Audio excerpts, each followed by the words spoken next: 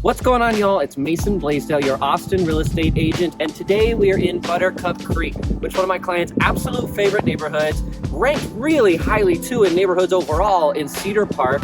This is one of the oldest master planned communities in Cedar Park, and it has so much to offer. We're gonna jump into a bunch of it, take you for this driving tour, show you around this fantastic neighborhood.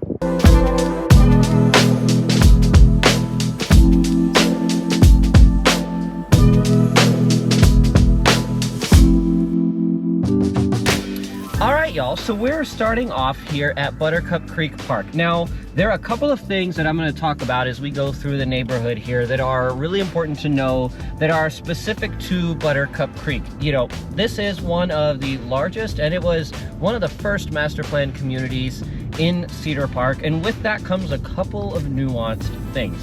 So not every section of Buttercup Creek includes access to the park. There are some that have a legal description with Buttercup Creek, but they don't have an active HOA. They just have the Property Owners Association just to keep up the most minimal deed restrictions.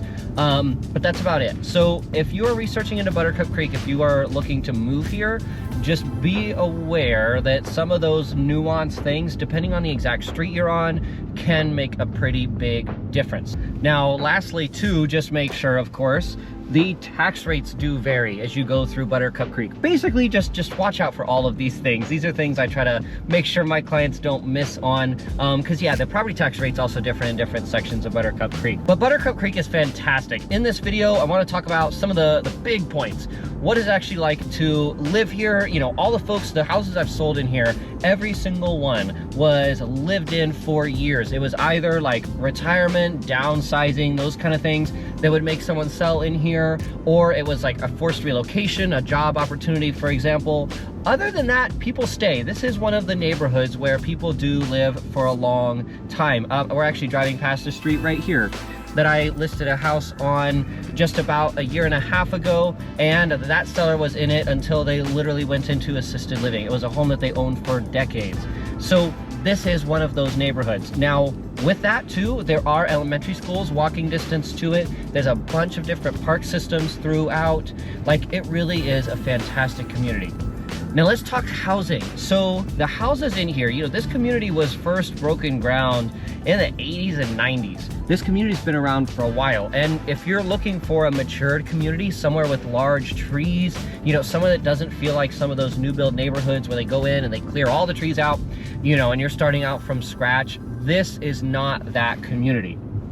Now, homes in here were built all the way into the 2000s. So there's a good range. You know, we're passing by a few here that are really modern. These are only 10, 15 years old. You of course have some older ones that have been remodeled. You'll find some older ones that are still original. Again, going back to the point that people don't leave here.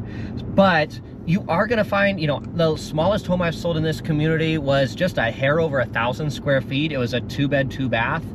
You'll find those, and you'll find ones like we're driving past right now, which are up to 4,000 square feet. And of course, pricing in here can range from the very low 300s. There's even some townhomes that fit in that range, you know, some detached townhomes that fit in that range, all the way up to the $700,000 and $800,000 range for the larger ones. Of course, several homes in here have pools, for example. That of course is going to drive up prices. But you've got a good bit to choose from, kind of no matter what the needs of your family are. You know, if location's important, if having a matured community is important, you're going to find that here pretty easily.